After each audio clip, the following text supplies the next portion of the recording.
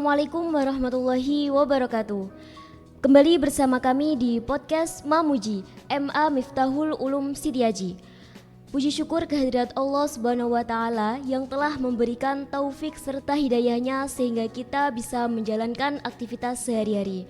Nah, teman-teman, pada kesempatan kali ini bersama saya Tata Ilimauna, siswi dari kelas 12 MA Miftahul Ulum Sitiaji, dan tamu spesial kita dari mahasiswi Universitas Unugiri Bojonegoro. Oke, kita sapa dulu ya. Assalamualaikum Kak. Waalaikumsalam. Oke, kita perkenalan dulu. Nama lengkapnya? Nama lengkapnya Prima Mahfidotun Niazah, bisa dipanggil biasanya Prima. Oke, namanya Kak Prima, Alamat Temayang. alamat Temayang. Untuk riwayat pendidikannya?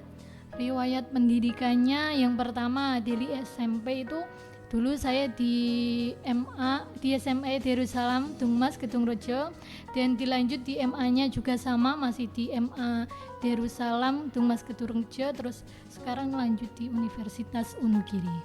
SMP sama SMA-nya sama mondok ya Kak? Sama mondok, habis itu keluar dari pondok lanjut ke Universitas Unugiri. Nah, perlu teman-teman ketahui, Kak Prima ini merupakan salah satu hafidhoh atau penghafal Al-Quran, sekaligus sekarang menempuh S1 Prodi Pendidikan Agama Islam di Universitas Sunan Giri Bojonegoro. Nah, untuk awalnya Kak, menjadi seorang hafidhoh atau penghafal Al-Quran itu niatnya karena diri sendiri atau karena orang tua ataupun karena tuntutan dari lembaga tersebut? Jadi pertama itu karena tuntutan dari lembaga. Kan pertamanya itu kan dulu pertama kelas 1 SMP, kelas 2 SMP itu ya masih ikut sekolah biasa, program biasa. Terus dilanjut kelas 3 SMP itu mengikuti program dia. Jadi itu ada siswi-siswi tertentu yang terpilih gitu. Jadi pertama itu karena tuntutan. Berarti ada program baru untuk menghafal Al-Quran gitu ya Kak. Jadi kelas 1 sampai kelas 2 itu masih sekolah formal gitu. Masih sekolah formal, terus kelas 3-nya sampai kelas 3 aliyah ya, 3 SMA itu fokus ke program menghafal Al-Quran itu. Oke. Jadi niatnya awalnya karena terpaksa ya, karena terpaksa, habis itu lama-kelamaan mengikuti jadwal, mengikuti apa yang sudah ditentukan, jadi lebih terbiasa gitu, kebiasaan, sudah menjadi kebiasaan. Nah, untuk waktu menghafalnya Kak, menghafalnya jenengan ketika awal dari kelas 3 SMP itu sampai hatam itu waktunya kapan? Waktu menghafalkannya itu kan jadi kan program, jadi sudah ada ketentuan kayak pertama setorannya itu pagi waktu sekolah, terus yang kedua itu habis sholat asar. Jadi kalau membuat setorannya itu kalau untuk pagi biasanya itu setelah habis sholat tahajud, karena kan kalau masih pagi itu masih pikiran kan masih fresh, semangat fresh, gitu. belum mikir apa-apa gitu. Oke, nah untuk setorannya itu ditentukan atau gimana Kak?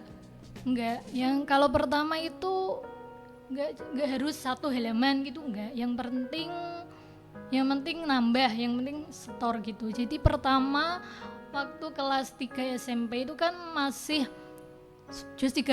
Setelah itu surat-surat penting. Jadi waktu surat-surat penting itu ya nambahnya setorannya itu ya hanya setengah halaman gitu. Ya. Itu pertama-tama, tapi setelah sudah menginjak SMA, sudah dewasa itu ya kan karena sudah dewasa, sudah paham, jadi kan kita juga harus mempunyai target ya. Nanti itu kan kalau sudah SMA itu kan jadi harus satu halaman, sudah ada ketentuannya gitu. Tapi buat diri sendiri itu enggak tuntutan dari lembaga berarti. Nah, untuk 2 kali itu kalau pagi berarti hafalannya semisal 1 halaman, nanti sorenya lanjutnya gitu. Berarti 1 hari harus 1 lembar. 1 lembar. 1 lembar itu harus selesai gitu ya Kak. Nah, untuk waktunya berapa tahun Kak? Saya kan mulai kelas 3 SMP sampai kelas 3 SMA, jadi 4 tahun. Kurang lebih 4 tahun. 4 tahun itu pasti ada kendala juga. Nah, dalam menghadapi kendala tersebut, apakah Kak pernah punya kepikiran kok kayak gini, maksudnya kayak menyesal gitu nggak? Kalau menyesal enggak, tapi kalau kepikiran mau putus sampai tengah jalan itu ada. Sudah berhenti sampai situ saja gitu? Iya kan, dulu itu waktu sudah berjalan, sudah sampai setengah lah. Nah itu sampai juz 15-an mau ke 16 itu sudah kayak mau lelah gitu, kayak ingin putus sampai di situ. Tapi kan ngerti teman-temannya yang sudah mendapatkan lebih banyak, jadi kok mau menyerah, Kok ketinggalan gitu? Iya, jadi semangatnya itu karena termotivasi oleh teman-teman gitu. Jadi juga pernah mengalami kayak mau putus asa gitu ya Kak. Terus lihat dari teman-temannya juga. Nah untuk menjaganya Kak gimana? Waktu kayak murojaahnya, terus membagi waktunya kan mesti juga ada kegiatan-kegiatan lain. Kalau dulu kan ikut program, jadi kalau soal murojaah itu kan sudah ada ditentukan juga. Jadi setelah setoran itu murojaah setengah juz gitu. Nanti kalau setelah sholat itu biasanya itu murojaah bersama-sama itu 1 juzan gitu. Oh, berarti untuk jenengan mondok itu full Al-Qur'an nggih waktu ada program itu. Berarti nggak ada kayak ngaji kitab atau sekolah formal gitu? Nggak ada. Jadi sekolahnya itu sekolah program itu ya khusus itu saja berarti. Ya. Paling nggak ya ada kitab, tapi kitabnya ya ilmu tafsir, nahwu kayak gitu. Berarti cuma jadwal kayak mengikuti aja, nggak ada ketentuan hafalan atau gimana, nggak ada. Oke, berarti difokuskan untuk menghafal Al-Qur'an gitu nggih. Nah, untuk yang mengikuti program tersebut berapa Kak temennya jenengan? Kalau dari angkatan saya sekitaran 16-an kalau nggak salah. Tapi itu kan nggak semua ya. 16 itu berarti angkatan pertama yang mengikuti program tersebut nggih. Oke, angkatan pertama perdananya program di lembaga tersebut. Nah, untuk sekarang jenengan kan menempuh pendidikan S1, pendidikan S1 itu apakah ada kesulitan atau gimana gitu? Kalau kesulitan ya pasti ada, cuma kan kita kan ya dijalani aja terus. Kalau kesulitan masih ada. Nah, untuk yang sekarang kan jenengan masih punya tanggungan kayak murojaah hafalannya, menjaga hafalannya, terus kalau ada kegiatan-kegiatan di kampusnya, di universitasnya itu gimana? Biasanya kan pasti setiap hari ya harus dibaca. Nanti gimana itu? Jadi apakah kan dia yang terlewat? Sekarang kan kuliah, terus sekarang juga kan di rumah. Jadi kalau murojaahnya juga membagi waktunya yang lebih sulit karena dulu di pondok kan sudah ada ketentuan habis sekarang ini harus bagi sendiri. Iya, jadi kalau di rumah itu biasanya kalau saya sendiri murojaah itu kalau habis maghrib, terus setelah itu habis sholat subuh. Kalau itu biasanya berapa Kak? Maksudnya yang di murojaah itu sampai berapa juz?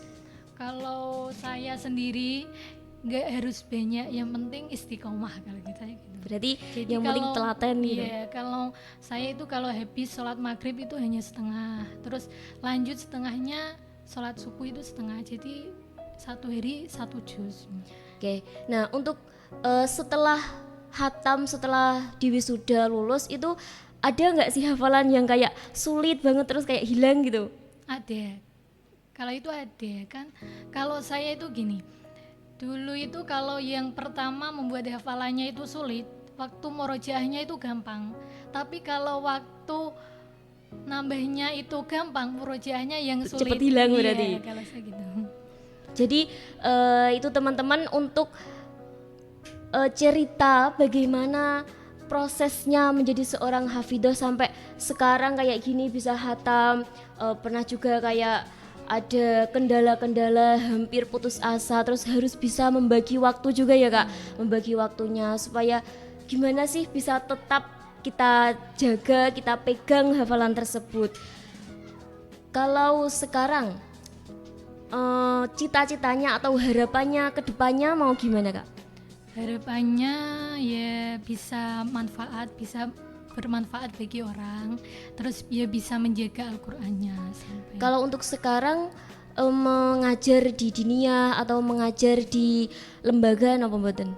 Ya ikut di TPQ, terus juga biasanya ikut membantu ibu di MI gitu. Berarti di TPQ itu jenengan megangnya setoran Al-Qur'an gitu? Enggak, kan kalau di TPQ di desa kan enggak ada itu, jadi ya kayak jilid biasa gitu kan, sudah di rumah gitu. Berarti belum kayak megang jadi setorannya untuk anak-anak gitu? Enggak, kan karena sekarang kan di rumah, beda kalau dulu waktu di pondok itu ya gitu. Kalau dulu di pondok berarti dipegangi, maksudnya dikasih amanah untuk jadi apa ya? Jadi yang Buat penyimak gitu loh, penyimak, terus ada yang store ke jenengan gitu. ya kalau dulu itu ya kalau bunyainya atau kalau tindak gitu, kalau di undur medeli, gitu. ya di medeli gitu. Berarti pernah memegang juga kan, nggak hanya untuk dirinya sendiri, juga bisa bermanfaat bagi orang lain.